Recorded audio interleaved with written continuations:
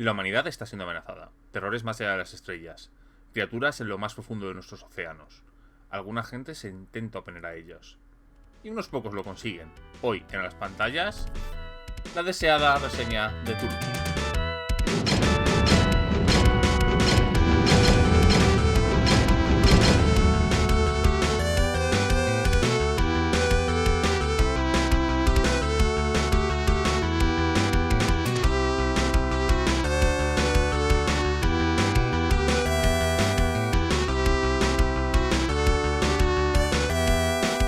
Buenas a todos, soy Ezcardan. Hoy os traigo una reseña que se me ha pedido bastante, la reseña del manual de Tulu Pulp. Esta reseña es poco atípica porque no he reseñado en ningún momento la llamada de Tulu, aunque no es desconocida mi opinión bastante mala de este juego. Pero esta concretamente me habéis pedido y es una reseña que yo sí tenía ganas de hacer por muchos motivos. Antes de nada, esta reseña está dividida como en dos partes. Tenéis esta, la cara A del casete, donde voy a hablar del libro de la forma un poco más objetiva posible, indicando, bueno, una reseña tradicional de este canal, ¿no? Pero este libro tiene para mí muchos significados, muchas connotaciones y me crea bastantes sentimientos. Y lo que yo opino de él quizás no haga justicia a lo que trae el libro para la gente que busca el contenido de este libro. Así que he decidido hacer una reseña con cara B, en la cual doy mi opinión muy particular de este libro. Porque es muy particular. Entonces, en realidad yo no os aconsejo verla, aunque esto va a provocar que vayáis a verla. Más que nada porque no es una reseña muy lanzada desde el corazón. Entonces, si queréis saber lo que es Tulu Pulp y qué es Tulu Pulp y qué puede aportar a vuestras partidas de la llamada de Tulu, este vídeo es suficiente. Pero, si queréis saber por qué este libro a mí me ha provocado lo que me ha provocado, tenéis la versión 2, que analizaré de nuevo el juego, pero desde mi punto de vista particular sobre todo el contenido. Pero en este tenéis el contenido tradicional de cualquiera de mis reseñas, más o menos objetiva. Ya sabéis que yo tengo ciertos gustos o tengo ciertos elementos. Esto siempre lo digo, y esto lo repito muchas veces. Cuando veis a un crítico, el crítico siempre va a impregnar parte de su esencia dentro de la crítica. Que un crítico le guste algo o no le guste no es significado de que sea o no sea bueno. Eso tenéis que juzgarlo vosotros. El crítico lo único que os hace es guiaros.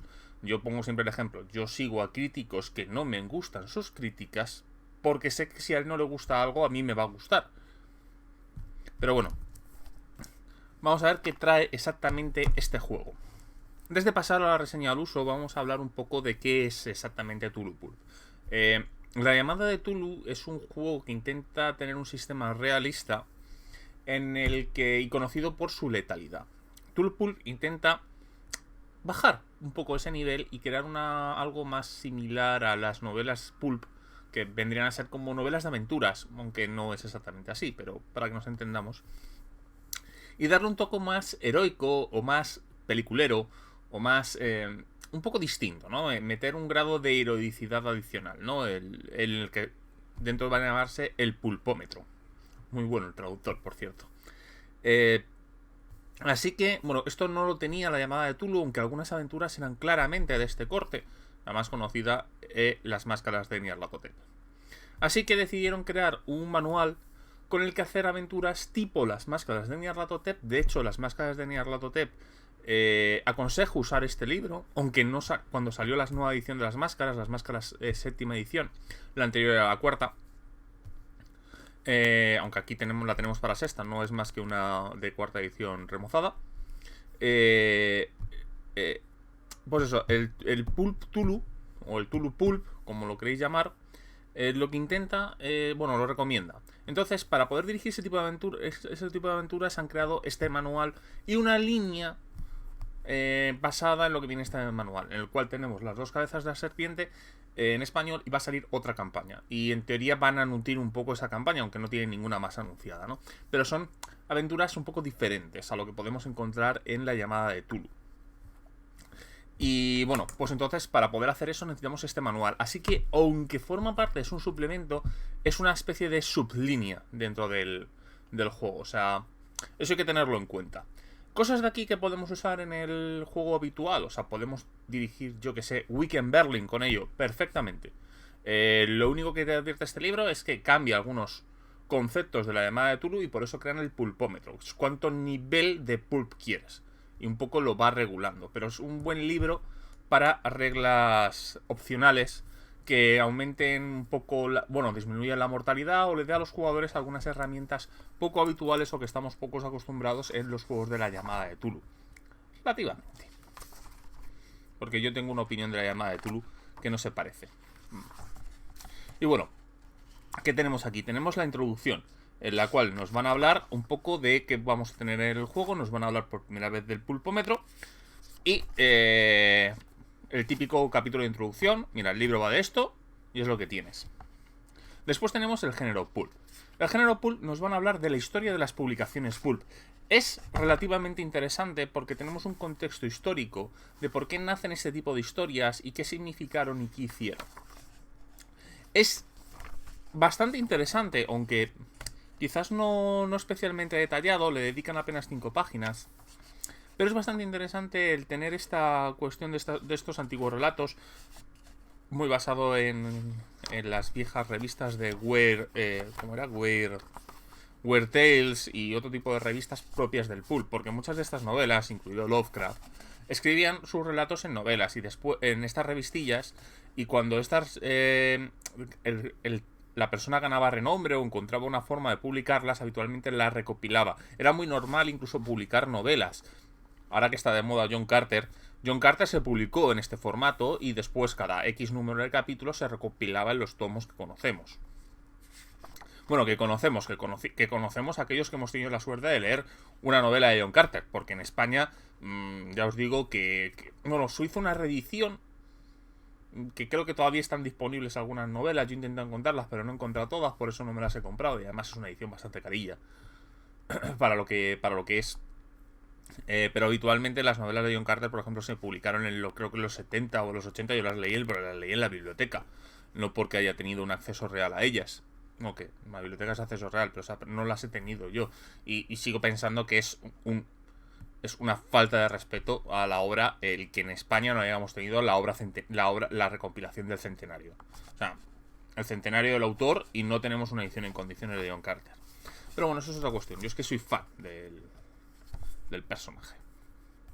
Hablaremos de ese juego en otro momento, porque ese también va a caer en el canal. Bueno, tenemos esto. Este capítulo recuerda a un capítulo. Si conocéis el juego Mutant Mastermind, también está reseña en el canal. Tiene 3 suplementos que a mí me gustan mucho, aunque no son muy buenos en realidad, pero a mí me encantan, que son el Golden Age, el Silver Age y el Iron Age. Estos 3 tienen al principio un capítulo dedicado a la historia del cómic en el que se basa el suplemento. El primero es el cómic entre los años 20 y 50, el segundo entre los años 60 y 80 y el tercero de los años 80, principios de los 2000, más o menos hasta 2002-2003. Son libros que se publicaron en 2005-2006, o sea, tiene lógica. Y este intenta emularlo, o sea, recuerda mucho ese tipo de cosas. Aunque para mí no es especialmente, no está tan bien inspirado, pero bueno, nos da un contexto de este tipo de obras. Después tenemos la creación de héroes pulp. Esto es una pequeña modificación a la creación de personajes de la llamada de Tulu séptima edición, que sé que no he hecho reseña, pero bueno, muy probablemente si estás viendo esto conozcas cómo se hace la llamada de Tulu, o tienes muchos canales que analizan la llamada de Tulu. Desde la mazmorra de Pacheco, creo que City Guías también lo tiene. Si mal no recuerdo, Fase de Mantenimiento también lo tiene. Turbiales creo que también tiene una reseña de la llamada de Tulu séptima. Tenéis Crítico 20, que es un podcast, creo que se llamaba Crítico 20, que también tiene un análisis en 2 capítulos de llamada de Tulu. O sea, la llamada de Tulu está muy analizada. O sea, no... Yo me traeré el análisis, pero no es algo que venga a venir mañana. Bueno, pues lo primero que tenemos es esta modificación a la creación de personajes. Paso 1. Tenemos los arquetipos, nos viene una serie de arquetipos pulp, en la cual pues se parece un poco a las profesiones que tenemos. No hay muchos, también os quiero decir. No hay demasiados. Hay unos 1, 2, 3, 4, 5, 6, 7, 8. Hay unos 23, 25 arquetipos que tenemos. ¿Qué característica principal tiene? Esto es muy de la llamada séptima. 100 puntos de... Esto, por cierto, se pone a la profesión normal. O sea, por eso nosotros podemos tener, por ejemplo, un investigador privado cerebrito. O sea, esto es un módulo que se mete en tu profesión principal. En el que, bueno, pues nos viene una serie de puntos adicionales, unas sugerencias de profesiones en las que esto está metido. Por ejemplo, pues si te haces un cerebrito, pues, por ejemplo, ¿cuáles tienen sentido del básico? Pues un aristócrata, un científico, un ingeniero, un mayordomo, un mecánico. Y viene una serie de rasgos sugeridos. Estos rasgos sí que vienen un poco después. Vienen a ser, bueno, bastante genéricos. Y nos aportan eso, 100 puntos de habilidad, una característica principal. No tiene demasiados elementos. O sea, es un pequeño como subclase. Por ejemplo, podemos tener un mayordomo vividor, por ponerte un ejemplo. Y lo que hace es aumentar un poco la potencia del personaje. Generar características. ¿Cómo se generan las características? Dentro del Tulu Pulp, que es más o menos, es muy similar. Cambian 2 chorraditas para hacerlas ligeramente más potente. Y bueno, el resto de elementos se parece mucho del fase 2. Después tenemos el talento Pulp. Los talentos Pulp son una serie de tablas de talentos especiales del Pulp, en el cual pues tenemos pequeñas bonificaciones si tenemos ese talento. Por ejemplo, talento vario, dispositivo. Pues empezamos con un cacharro de ciencia insólita. Por ejemplo, ágil. No pierdes tu acción cuando te pones a cubierto para evitar un disparo. Vista aguda. Añade un dado de bonificación a todas las tiradas de descubrir. O sea, esto en teoría se tira aleatorio, aunque podrías llegar a decidirlo. De hecho, tiras no solo el talento aleatorio con un dado de 10, sino que además tiras una tabla aleatoria. ¿Por qué es esto también? Porque hay muchos talentos que están muy descompensados. Hay talentos que sirven para muchísimas cosas y talentos que, bueno, pues es más que nada un adorno. Entonces, si se eligen, muchos de estos talentos se perderían. Para mí es un defecto que tiene este sistema. Los talentos no están especialmente bien planteados. Se podrían haber planteado de otra forma. Pero bueno, y además el no tener control, pues a lo mejor te puedes encontrar que tienes un tipo de una rata de biblioteca que no puede despegar las cabezas del libro y que tiene 5% en pistola y de repente, pues, yo qué sé, tiene buena puntería, ¿no? O sea, este tipo de cosas pues pueden llegar a ocurrir. Lo podéis orientar un poco. Yo os aconsejo que no...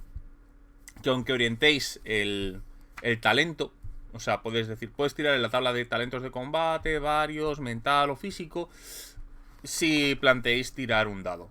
Y ahí ya si queréis tirar 2 dados y que el jugador elija el que mejor le conviene o tal, eso ya depende un poco de vosotros. Bueno, tenemos ocupaciones. Tenemos ocupaciones similares a los que vienen en el básico del juego, por cierto. Pero bueno, las que más pueden pegar dentro del entorno Pulp, que es lo que queremos. No tiene mucha diferencia, se funcionan más o menos funcionan exactamente igual de que las que tenemos en el este.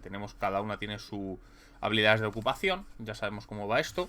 Las habilidades de ocupación va porque antes siempre se calculaban ediciones previas con educación por 5, aquí no. Aquí, pues por ejemplo, puedes llevar un atleta que gane sus puntos de personaje con fuerza o con constitución, que viene a ser está bastante bien, ¿no? Un actor de cine pues gana la mitad de sus puntos por educación y la mitad de sus puntos por apariencia, lo cual yo creo que eso es una cosa bastante buena.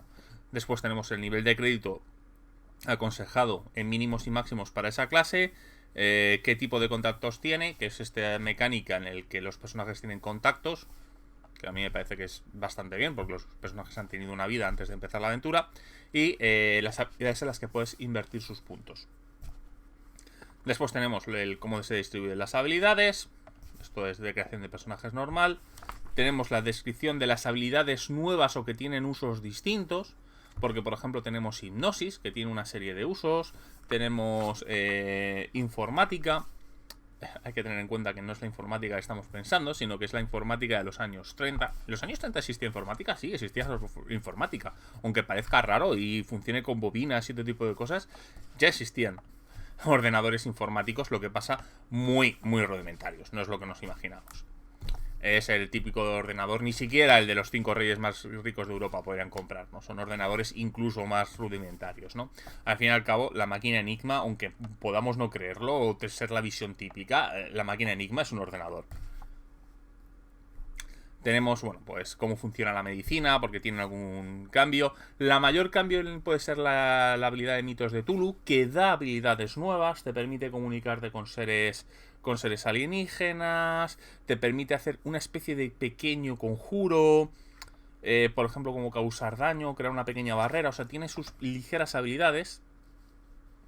Psicoanálisis y primeros auxilios, que también cambia un poco, ¿no? Porque cambia un poco la forma en la que recuperamos puntos de vida y cómo generamos puntos de cordura. Después, cómo crear el trasfondo, varias tablas aleatorias y formas de crear el trasfondo del personaje. Esto también viene en el básico. No he encontrado muchas diferencias, la verdad, respecto al básico.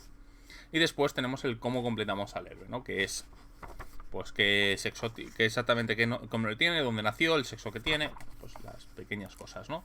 Y la tabla. Esto funciona casi como manual de jugador. De hecho, en algunas cosas no están 100% calcadas, pero con esto ya técnicamente, porque necesitamos un poco el sistema y algunas cosas más. Pero este libro podríamos jugar perfectamente sin el libro básico. A continuación tenemos organizaciones pulp. Las organizaciones pulp son pequeñas organizaciones dentro del como especie de micromundo que han creado para Tulu Pulp, en el que tenemos pequeñas organizaciones de personajes jugadores y de personajes no jugadores. Está bien porque nos da como... esto me recuerda mucho a... De hecho, este capítulo me recordó muchísimo a la serie Veritas, en la que hay... La lástima que en la primera temporada la cancelen, porque se veían muchas cosas muy interesantes. Pero bueno, de hecho Veritas es muy buena serie para poder usar este libro.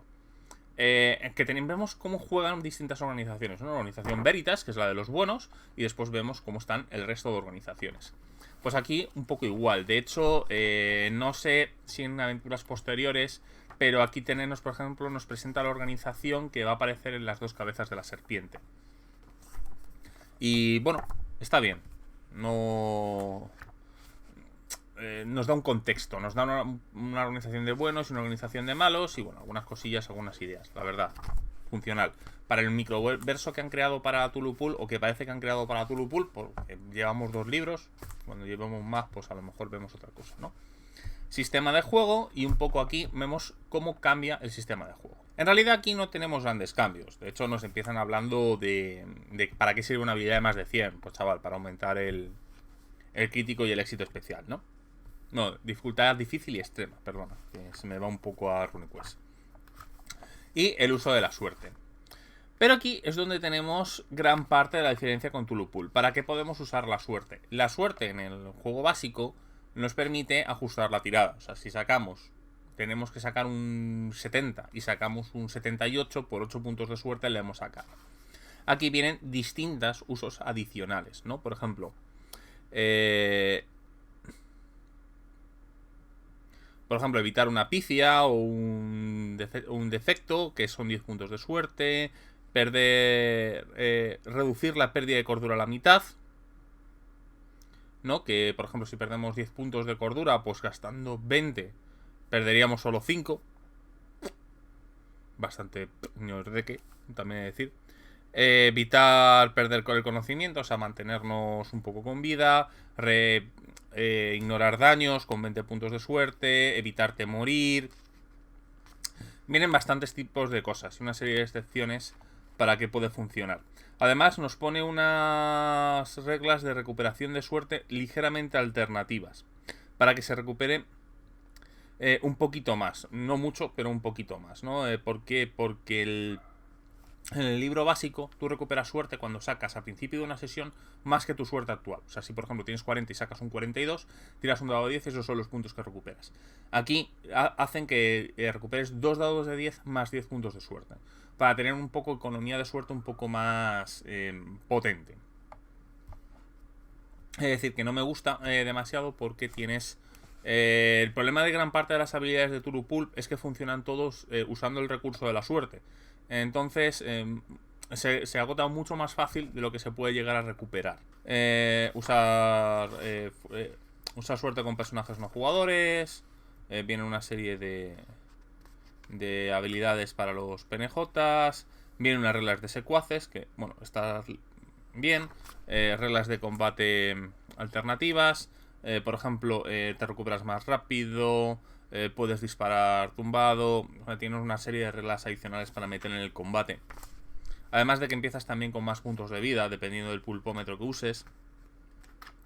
Tienes reglas de borde de la muerte o de muerte gloriosa, que la verdad están chulas. Y después tenemos un poco la fase de desarrollo del héroe, ¿no? El cómo recupera puntos y otro tipo de cosas.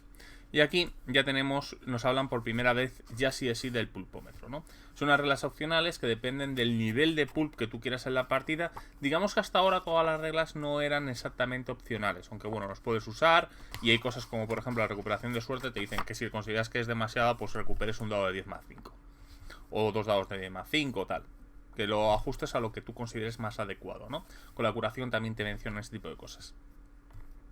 Aquí pues te hablan un poco de cómo ajustar la suerte, de si usar o no suerte con los PNJs, si permites esquivas gratuitas, el típico combate con 2 armas.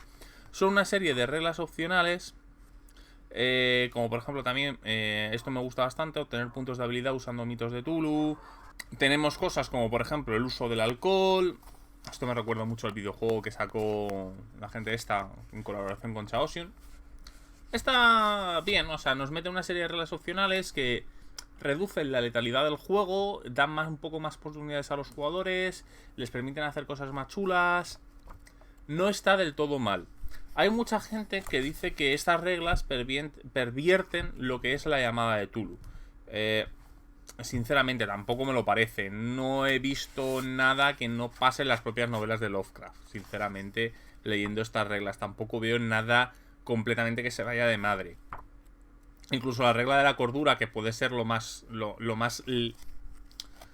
que puede llegar a fastidiar más a los directores de juego, es que estamos hablando de que para si pierdes 7 de cordura, para perder solo 4 tienes que gastar 14 puntos de suerte. Es que 14 puntos de suerte casi no los ganas ni por sesión. O sea, sí, porque de media ganas 21. Pero que te quiero decir que es bastante roñoso, ¿eh? O sea, que tampoco os creáis que da una gran cantidad de supervivencia adicional. O sea, el de que te evitas morirte vale 30 puntos de suerte. O sea, que tampoco es... O sea, que no recuperas 30 puntos de suerte por sesión. A continuación nos hablan de la cordura pulp, ¿no? Un poco cómo funciona la cordura dentro de dentro de esta ambientación, ¿no? Nos hablan de cómo modificar los episodios de cordura, un poco cómo llevar la cordura, ¿no? Con una serie de tablas nuevas sobre la cordura. Es decir, que no está mal, aunque a mí no me gusta la cordura en Tulu. Y además nos pueden proporcionar una serie de talentos de cordura, que son como tipo de talentos, más talentos pulp que podemos ganar si dependiendo de cómo ocurran estos episodios. A continuación tenemos magia, poderes psíquicos y ciencia insólita pulp, en el que tenemos magia pulp, en el que nos hablan de cómo emplear la magia dentro de este sistema, ¿no? Con unas reglas de fallo de hechizos y tal. Tenemos poderes psíquicos, hacer habilidades psíquicas, por ejemplo, clarividencia, adivinación, medio, psicometría, ataques psíquicos y posiciones, ciencia insólita, en el que nos hablan de los típicos cachivaches del mundo pulp. No demasiado, o sea, tienen unos pocos de ejemplos, pero lamentablemente a esta parte no se le da demasiado, yo creo que es un desperdicio. Y después ya nos viene el capítulo 7, Dirección de Partidas Pulp, en el que nos hablan un poco de los temas más o menos del Pulp, como el descubrimiento, la búsqueda, el misterio, la acción trepidante, el horror absurdo, cómo conectar los distintos escenarios. La verdad, me parece muy poco para lo que yo esperaba de este libro. O sea, este nos va a dar unas grandes cantidades de ayuda. Verdad que vienen cosas como villanos recurrentes, peligros, pero me parece muy genérico. No le dedican menos de 10 páginas a cómo dirigir con tono y ayudas para dirigir en tono pulp. Si sabes lo que estás buscando, es verdad que está bien. Los consejos, bueno, pues están bien, pero nada que no hayas visto en otro tipo de cosas. O sea, esto sinceramente sabe muy poco. No te dan apenas herramientas. Quizás lo más molón que pueda llegar a tener es el tema de generación aleatoria de MacGuffins.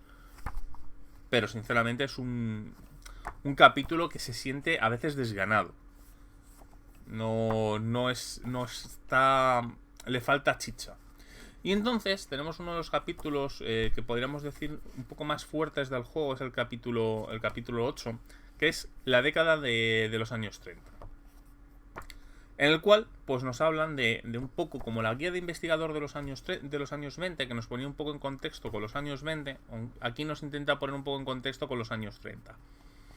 Está bien, los años 30 tienen hasta cierto punto cierta cantidad de desconocimiento, porque es para en general, ¿vale? No os digo para todo, más que nada porque cambia mucho el tono con los años 20 en realidad, pero son unos años como un poco más desconocidos. No hay tanta... Hay momentos en los que pasa, ¿no? Cosas como el siglo XVII, los años 30... O sea, hay momentos históricos, en la Baja Edad Media, por ejemplo, bueno, la Alta Edad Media, o sea, el siglo VII, siglo VIII, que tenemos una idea vaga de cómo funcionan, pero tienen hasta cierto punto de desconocimiento. Y si vas a dirigir un juego de rol histórico, los años 30, los años 30 hace falta que lo entiendas, y los años 30 es casi lo preferido dentro de la literatura pulp. O sea, la literatura pulp bebe mucho de los años 30. Igual que bebe muchísimo de principios del siglo XX. Son las dos épocas más pulp que pueden existir, ¿no?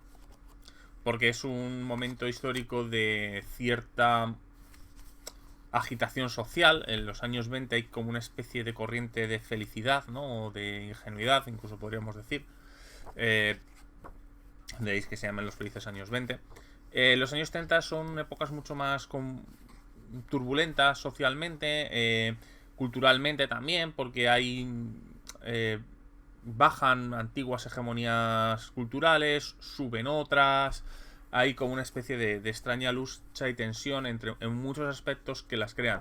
Además, los años 20, el principio de los años 10 y los años 30 todavía el mundo no está explorado, con lo cual todavía te puedes creer esos elementos maravillosos, esa era dorada de la aviación, ¿no? En la que, bueno, pues que pude haber, ¿no? Estoy volando hacia la India y de repente pues encuentro un valle perdido que nadie había visto porque pues está inaccesible salvo por aire, ¿no? Son ese tipo de elementos que son propios de esta década, que pues el director de juego debería de conocer si quiere saber cómo funcionaba el periodo histórico. Que si no, puedes dirigir como en los años 20 y se acabó. Y si no, también pues dirige como en los años... dirige una sociedad como la actual, con vestidos y punto, que también funciona, que es lo que hace muchísima gente. Villanos pulp, otros personajes de ejemplo, ¿vale? Aquí nos van a venir una serie de fichas de villanos pulp. La verdad, algunos están bien, otros están peor, con algunos hechizos exclusivos de ellos y tal. Pues es una galería como de supervillanos, ¿no? La Liga de Villanos Extraordinarios, pues lo tenemos aquí. Y a continuación tenemos algo que no he leído. Diréis, joder, ¿por qué no lo has leído? Muy fácil, porque son 3 aventuras, ¿vale? Lo he dicho muchas veces, que a mí no me gusta la llamada de Tulu no significa que no juegue. Juego de hecho muchísimo. ¿Por qué? Porque es el juego favorito de mis amigos. Entonces las posibilidades de que yo juegue o termine dirigiendo alguna de estas aventuras es muy elevada. Entonces habitualmente las aventuras de la llamada de Tulu no las suelo leer hasta que las juego o las dirijo. para evitar el spoiler. Entonces, no sé hasta qué punto tienen calidad estas aventuras. Me han hablado bien de ellas, pero lamentablemente no os las puedo ni recomendar, ni decir, hostia, esta está de puta madre. Bueno, no lo sé. No lo sé, lamentablemente. Hay gente que ha hecho reseñas de Tulu Pulp. Os aconsejo verlas para estas aventuras, aunque bueno, no, tampoco se meten mucho a las aventuras. Me han dicho que están bien. La persona que más me fío me han dicho que están bastante bien hechas, pero están por debajo de muchas de las grandes aventuras del rastro, que también utiliza la década de los años 30, y algunas saben más a pulp, como asombrosos relatos arcanos, pero que bueno, que aún así son bastante disfrutables. E intentan dar el tono del juego, aunque sinceramente también me ha dicho que si no utilizaras Pulp Tulu Pulp funcionarían igual, ¿eh? Y bueno, esto es lo que es la reseña del Pulp Tulu, o Tulu Pulp, ya sabéis que le cambié el nombre, de la llamada de Tulu. Con mi valoración del libro. Si quieres tener un poco unas reglas alternativas, que le den un poco más de supervivencia a los jugadores, les den un toque más insólito, menos purista o menos realista, es un buen complemento. Vas a tener reglas opcionales y vas a tener otro tipo de elementos. Para mí, aún así tampoco es un gran libro. Lo que se... Matizo, no es un gran libro porque tampoco tienes tanto. O sea, la mitad del libro son las 3 aventuras y la ambientación de los años 30.